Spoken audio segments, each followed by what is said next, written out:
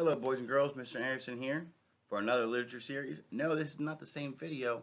See, I have a different bow tie. Mr. Anderson is going to read a very special book, my favorite when it comes to the Christmas season or the holiday season, because not everybody celebrates Christmas. You have Kwanzaa and you have Hanukkah as well during this time.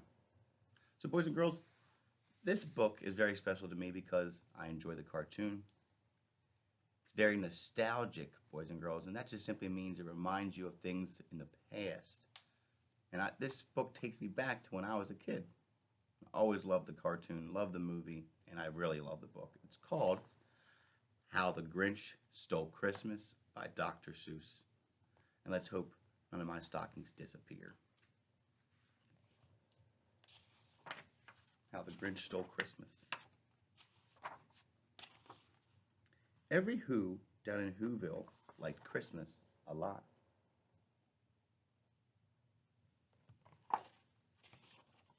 But the Grinch, who lived just north of Whoville, did not. The Grinch hated Christmas, the whole Christmas season. Now, please don't ask why. No one quite knows the reason. It could be his head wasn't screwed on just right. It could be, perhaps, that his shoes were too tight. But I think that the most likely reason of all may have been that his heart was 2 sizes too small.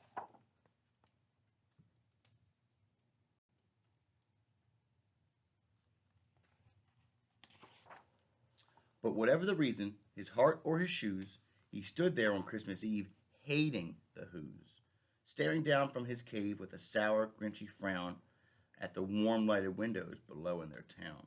For he knew every Who down in Whoville beneath was busy now hanging a mistletoe wreath. And they're hanging their stockings, he snarled with a sneer. Tomorrow is Christmas, it's practically here. And he growled with his Grinch fingers nervously drumming, I must find a way to stop Christmas from coming. For tomorrow, he knew,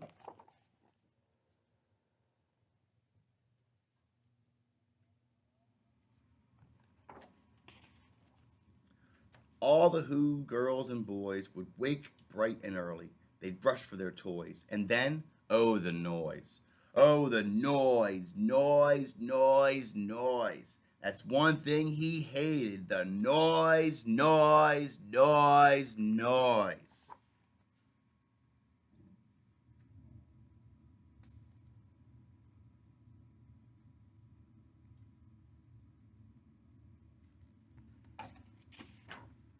Then the Whos, young and old, would sit down to a feast, and they'd feast, and they'd feast, and they'd feast, feast, feast, feast. They would feast on Who pudding and rare Who roast beast, which was something the Grinch couldn't stand in the least.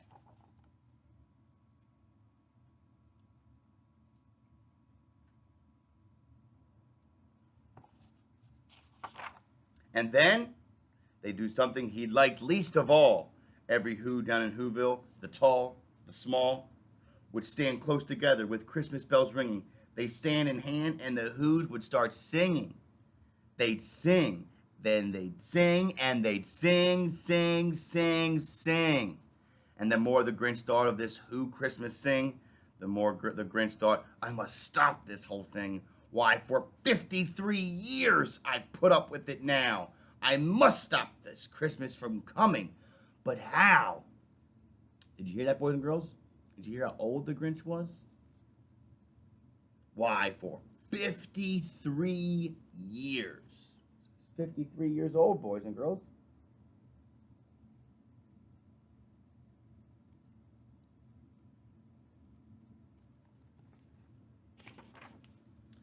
Then he got an idea. An awful idea. The Grinch got a wonderful, awful idea.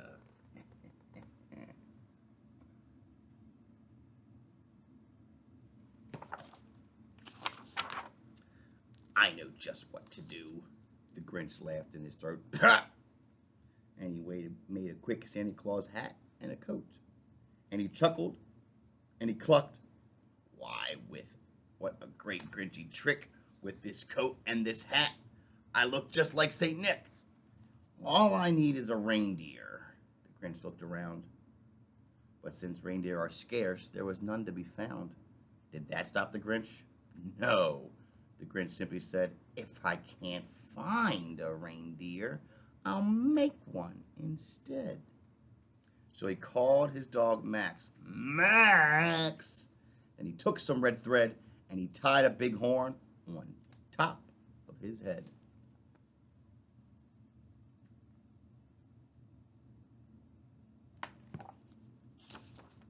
Then he loaded some bags and some old empty sacks on a ramshackle sleigh and he hitched up old Max. Now, if you think, what's ramshackle?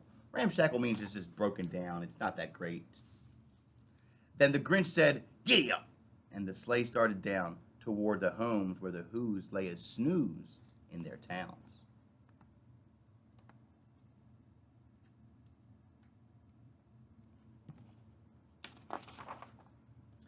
All their windows were dark.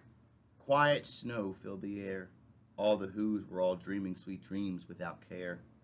When he came to the first little house on the square, this is stop number 1, the old Grinchy Claus hissed, and he climbed off to the roof, empty bags in his fist.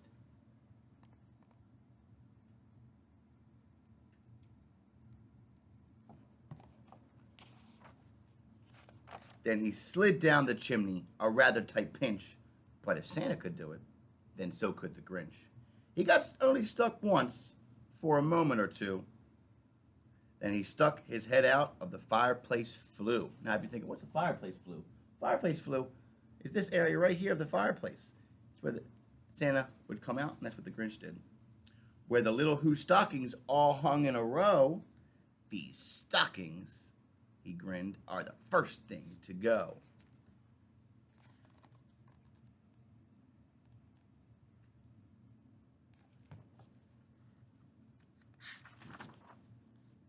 Then he slithered and slunk, with a smile most unpleasant, around the whole room, and he took every present. Pop guns and bicycles, roller skates, drums, checkerboards, tricycles, popcorn, and plums. And he stuffed them in bags. Then the Grinch, very nimbly, stuffed all the bags, one by one, up the chimbley.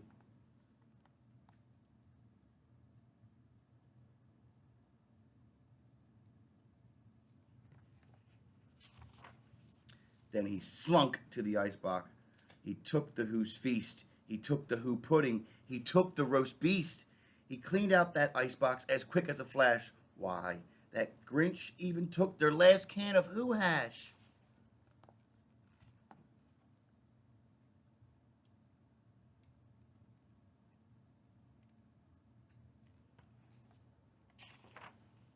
Then he stuffed all the food up the chimney with glee. And now, grinned the Grinch, I will stuff up the tree.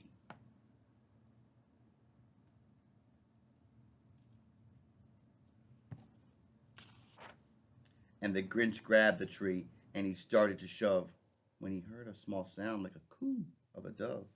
He turned around fast and he saw a small Who, little Cindy Lou who was not more than 2. The Grinch had been caught by this tiny Who daughter who'd got out of bed for a cup of cold water. She stared at the Grinch and said, Santa Claus, why? Why are you taking our Christmas tree? Why?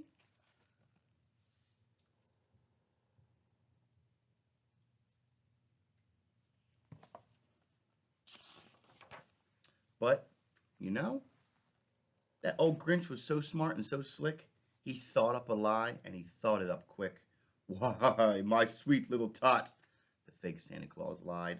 There's a light on this tree that won't light on one side. So I'm taking it to my workshop, my dear. I'll fix it up there, and then I'll bring it back here.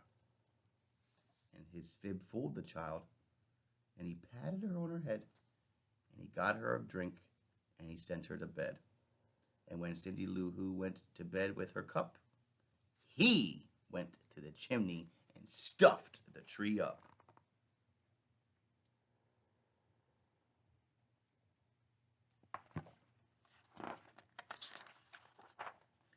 Then the last thing that he took was the log for their fire.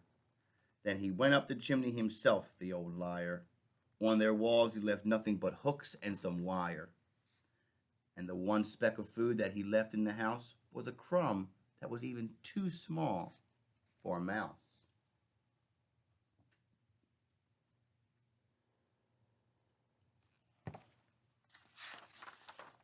Then he did the same thing to the other Who houses, leaving crumbs much too small for the other Who mouses.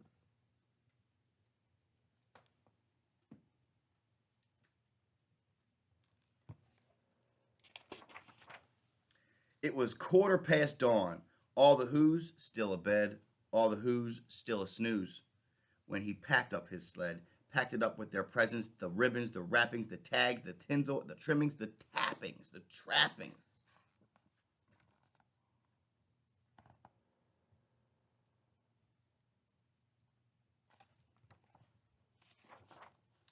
"3,000 feet up the side of Mount Crumpet, he rode with his load to the tip top to dump it.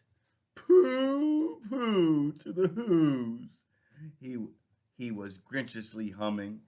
They're finding out now that no Christmas is coming. They're just waking up. I just know what they'll do. Their mouths will hang open for a moment or two. Then the Who's down in Whoville will all cry, boo hoo.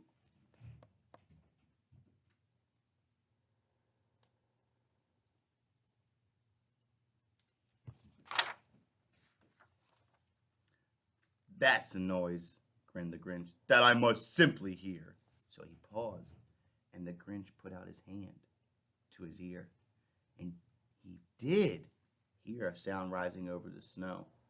It started in low, then it started to grow.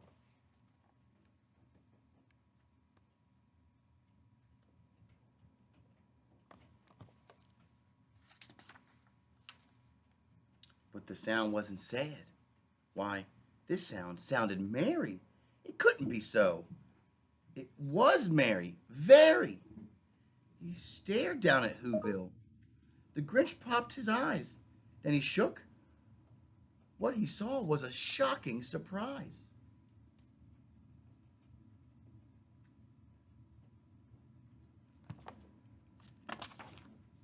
For every Who down in Whoville, the tall and the small, was singing without any presents at all. He hadn't stopped Christmas from coming. It came. Somehow or other, it came just the same.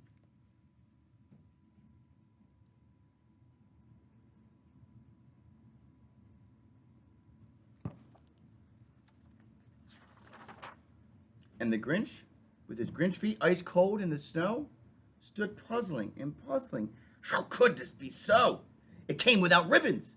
It came without tags. It came without packages or boxes or bags.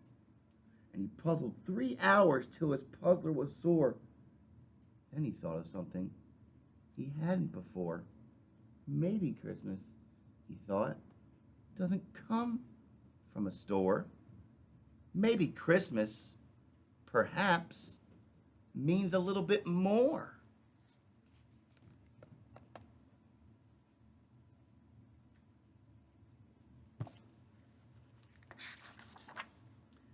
And what happened then?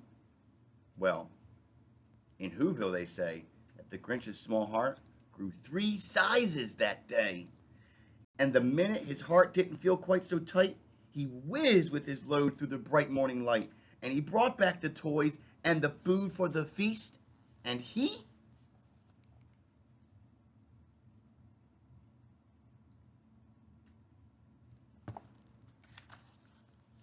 himself, the Grinch, carved the roast beast.